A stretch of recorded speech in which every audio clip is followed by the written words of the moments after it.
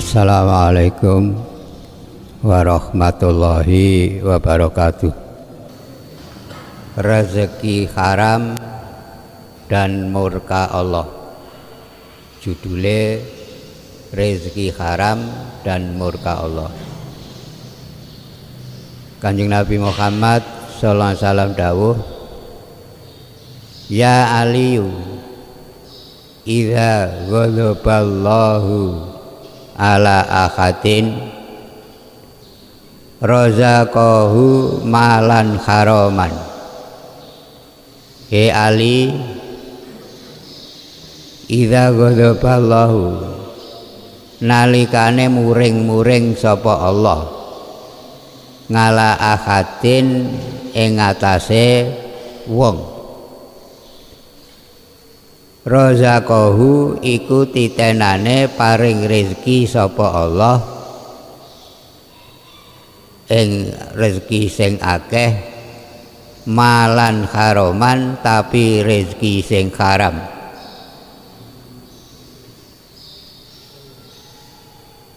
Wa idza stadaghadabuhu, nalikane wis nemen muring-muringe Allah ngalahi ing atase wong, wakala mongko nugasna sapa Allah bi kelawan iku wong setanan ing setan, yubaraku lahu fihi, kang baturi golek rezeki ing iku wong,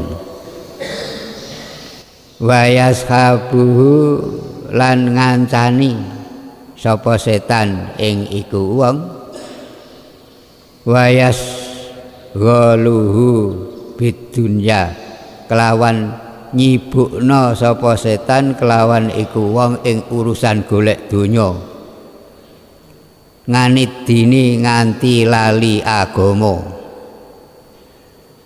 wayas halu lan gampang lau kedue wong iku mang umur dunyahu apa urusan donyane, wayakulu lan arep-arep sapa iku wong Allah, sapa Allah Ghafurur Rahim, Allah iku zat sing paling akeh oleh paring sepura lan welas asih.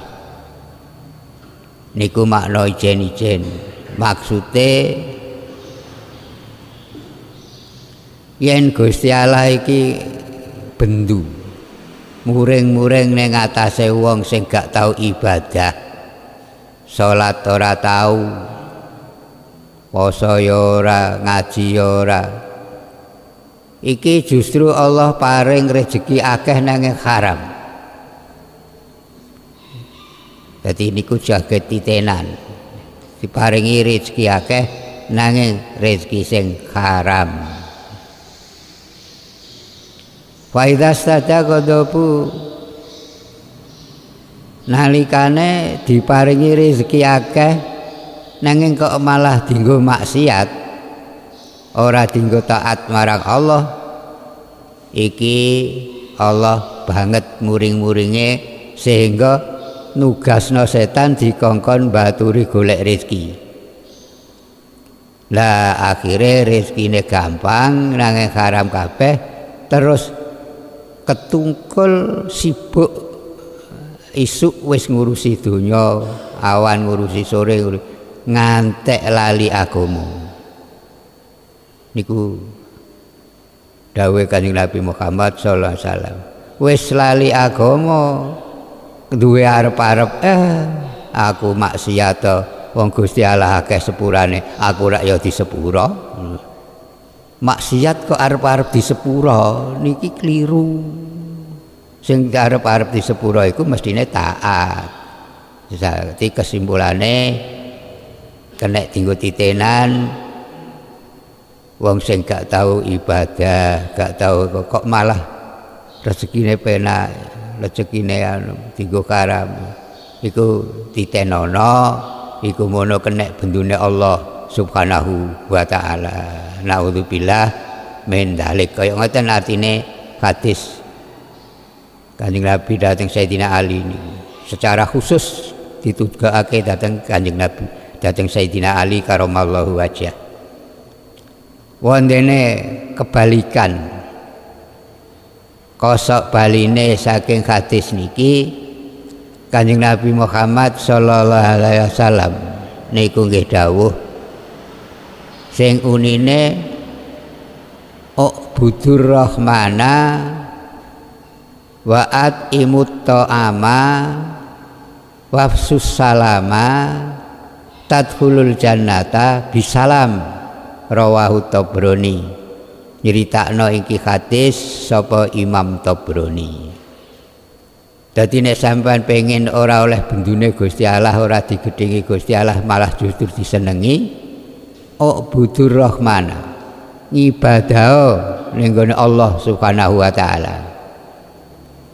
Sregep ibadah ya cek ngaji, cek maca Quran, cek salat, cek poso, bentuk-bentuk ibadah sing sregep. Wa'at imut ta'ama lan geleg-geleg ngekeki mangan wong, tegese ngono loman. Sregep ibadah tur loman. Wa afsus salam lan nyebarno uluk salam.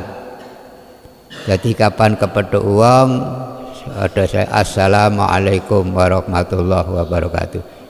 Sapa sing gandeng perkara telu iki tadkhulul jannata dilebokno swarga dening Allah bisalamin kelawan selamat. Jadi tulak bendu Allah niku telu, siji sregep ibadah, loro loman, telu suka nyebarno salam, ndongakno slamet ning gone wong liya. Nate sahabat niku takok kalih Kanjeng Nabi, ya Rasul, masa uluk salam assalamualaikum warahmatullahi wabarakatuh ngoten mawon saged nyebabake mlebu swarga. Jawabe Kanjeng Nabi, iya, soalnya assalamualaikum warahmatullahi wabarakatuh iku lak ndongakno oleh barokah Gusti Allah, oleh kesabetan saka Gusti Allah, ndongakno wong liya. Donga iku sing paling mandi dongane wong liya, ora dongam dhewe. Ngoten.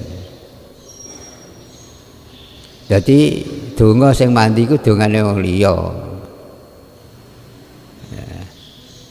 Oh ngoten to. Iki bareng Kanjeng Nabi kondur, para sahabat padha rembugan. Nek ngono salam marai mlebu swarga. Saiki Kanjeng Nabi nek uluk salam pisan, assalamualaikum warahmatullahi wabarakatuh, aja dijawab, beno ae. Ben ndongakno sing ping pindho. Pindho assalamualaikum warahmatullahi wabarakatuh. Ya aja dijawab, beno ae.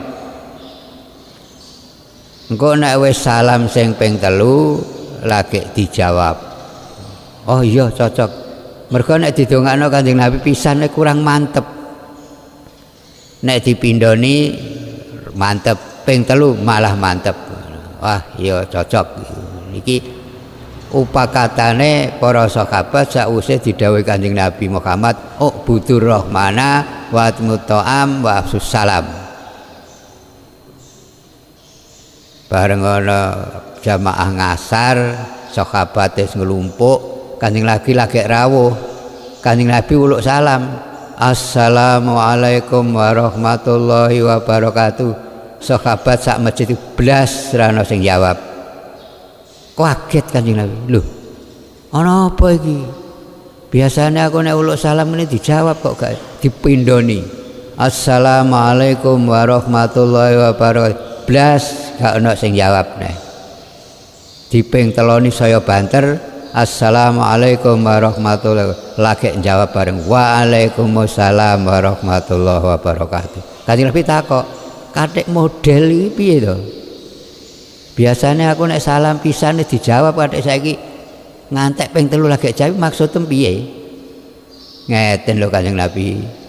nek jenengan ndongakno mlebu swarga kula sakanca niki pisan dereng mantep kajenge jenengan pindhoni nek pun jenengan pindhoni kok srodok mantep ping 3 malah mantep ngoten jane ngono to niki kadang-kadang ditiru kalih kiai-kiai nek uluk salam ping 3 Assalamualaikum warahmatullahi pojokan urung jawab ya Assalamualaikum ngoten nika penjelasane ki ngriki niki kadang enten uluk salam ngantek ping 3 niku para jamaah ngaji supaya kula jenengan gak kenek hadis sing digedhingi Allah niki wau Kanjeng Nabi nggih ugi dawuh sing unine unduru ila man huwa asfala minkum wala tanduru ila man huwa fauqakum bahwa ajzaru ala tazdaru nikmatallahi alaikum maknane unduru delenga sira kabeh ilaman marang sapa wae huwa sing utawi wong iku asfala minkum sak ngisore awakem bidang rezekine wala tanduru lan aja ndelok sira kabeh ilaman marang wong huwa utawi wong iku fauqakum sak dhuwurem bidang rezekine bahwa azharu ala tazdaru nikmatallah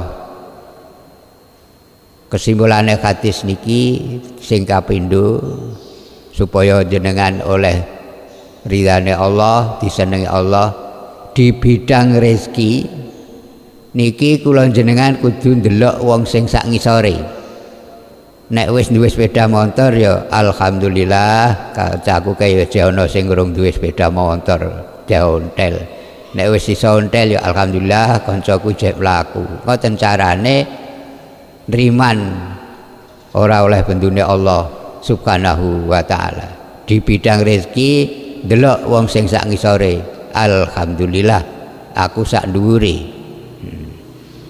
nanging nek bidang ibadah jenengan kudu ndelok wong sing sak dhuwure mosok akeh sregep ibadah aku gak iso aku ya kudu iso kaya kae bidang rezeki ndelok sak ngisore bidang rezeki ndelok wong sing sak dhuwure ngono iku jenenge nriman nah dene kesimpulan segala niki wau hadise Sayyid Kanjeng Nabi teng Sayyidina Ali ndudono nek rezeki akeh sing krana bendune Allah tegese rezeki haram iku blas gak nok barok dene rezeki sithik sing oleh ridane Allah iku barokai kaya Rabbana atina fid dunya hasanah wa fil akhirati hasanah wa qina adzabannar. Assalamualaikum warahmatullahi wabarakatuh.